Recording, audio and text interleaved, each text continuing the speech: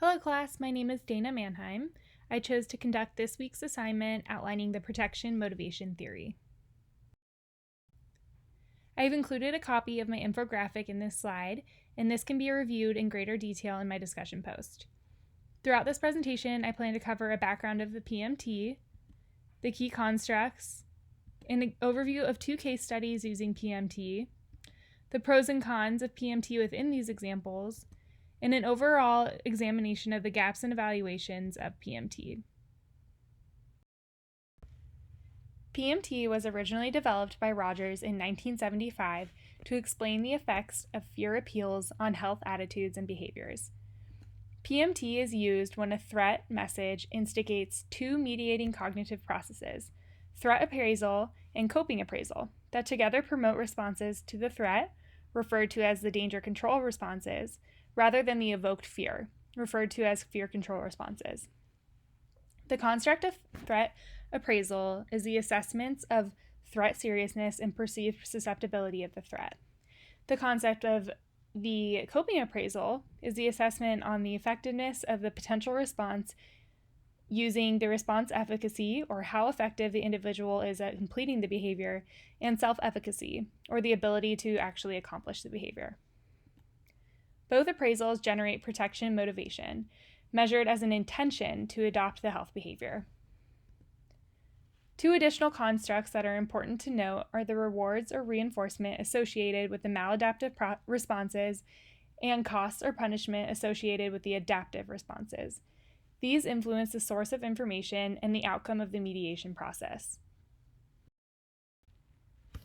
There are several methods used to leverage these constructs for effective behavior change.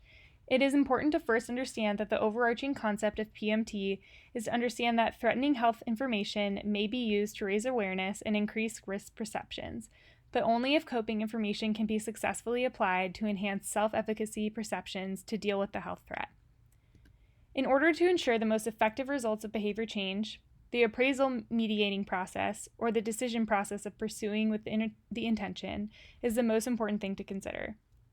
Response efficacy and self-efficacy are 2 vital components of coping appraisal that determine the effectiveness of behavior change. This is because these 2 constructs assess the effectiveness of the potential responses and one's ability to undertake them successfully. The understanding of the perceived threat and overarching implications of the threat itself is another key construct in evaluating behavior change in PMT. The response efficacy of taking the precautionary action is also regarded as an extremely important construct.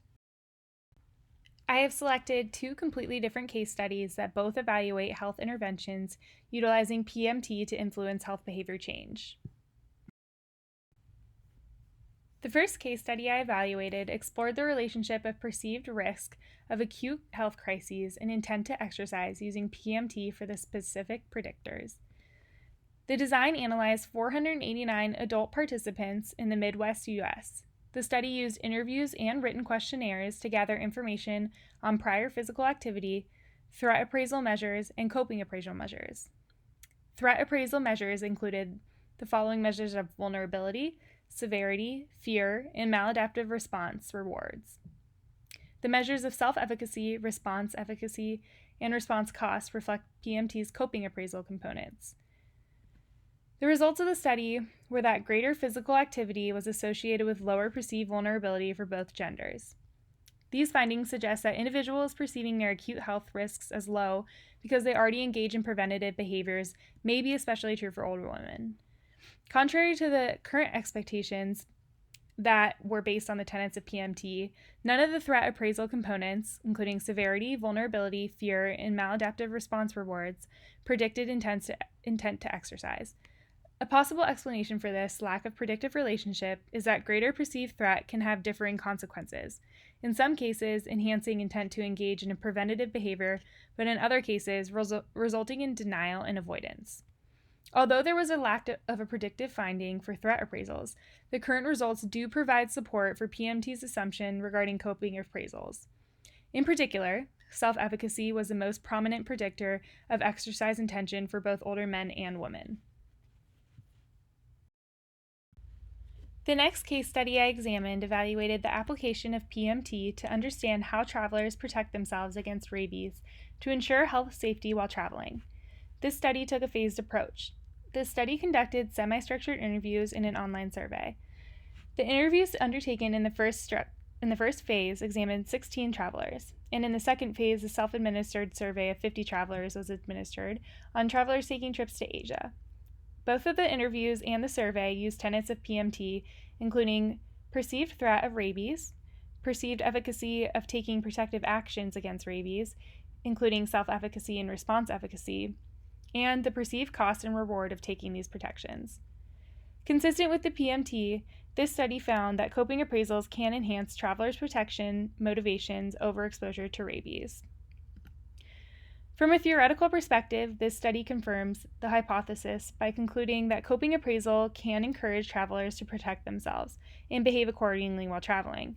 These findings not only emphasize the significance of understanding individuals' risk planning and reducing behaviors, but also indicate the importance of turning intentions into actions. Furthermore, the findings provide new perspectives about the construct of maladaptive response and finds that avoidance was the most common type of travelers' maladaptive perceptions. Although they did not directly determine people's behaviors, they were negatively associated with coping appraisal and may influence decision making. There are multiple significant pros and cons of the constructs of PMT within the two case studies that were evaluated. There were multiple pros of using PMT within these case studies. The first includes coping appraisals that were significant in both case studies in determining the intent to adopt the health behavior. As evidenced in the traveler's case study, it was determined that the coping appraisal had a positive association with the traveler's intention of behaving to self-protect from dangerous situations of animal exposure during their travel. Second, the results of both studies were consistent with prior research about the benefits of self-efficacy and coping appraisal mechanisms, indicating that one of the core constructs of PMT is consistent across a variety of research. Lastly, self-efficacy measures were found to have a positive association with intent to change the health behavior in both studies. For instance, in the exercise study, it was determined that if a woman had reported being athletic in her earlier years, she was more likely to partake in the desired health behavior. There were also some cons associated with using PMT. First, fear is weakly associated with the intention in both studies. This is one of the major tenets of PMT, so it is a conflict that neither reported an association with fear as a predicting factor. For instance, the findings of the traveler study showed that both PMT appraisals determined the individual's intentions to protect themselves. This may be partly because our study includes the construct of reward, but does require further research. There were modifying factors present in each study that could pose limitations in the coping appraisals. In the adult exercise study, it was determined that the intention to work out was reduced due to the response cost of joining a gym. And in the traveler study, the rewards of maladaptive response were limited by funds of travel. These could have a confounding effect on the results of the study. Third, there was a lack of longitudinal research in both studies that were evaluated. They both looked at the intent to change the behavior, not at the actual long-term results or long-term effects of the intent. This does not present a strong correlation of the findings and needs to be examined further. Finally, both studies presented a lack of knowledge around what transpires when the actual intention fails. Why did the construct of fear fail in both studies?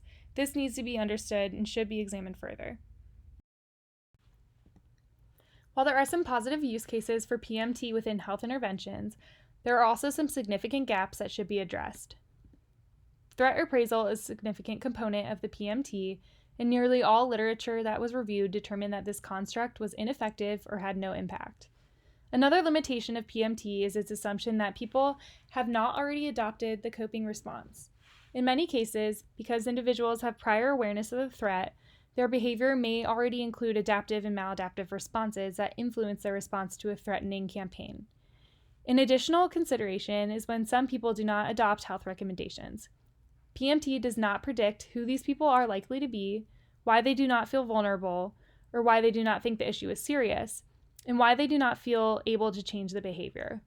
PMT also does not propose specific strategies for increasing persuasion when it does fail.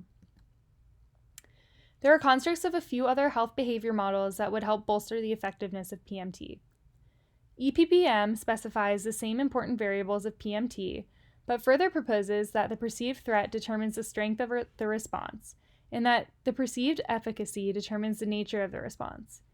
EPPM specifies why fear appeals may fail and identifies types of responses that can assist health communicators in understanding why particular behaviors are not adopted.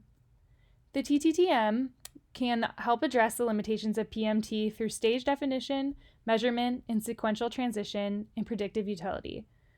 Through the use of components of TTM, the specific classifications of stages of change can help identify measures about the individual to better target them for the intervention to be more effective and better predict intention. Finally, the TTM can help to address why people undertake the intended behavior through examining shift in cognitions and how they occur. Thank you, class, for listening to my presentation. Please don't hesitate to reach out to me at my email below if you have any questions or comments.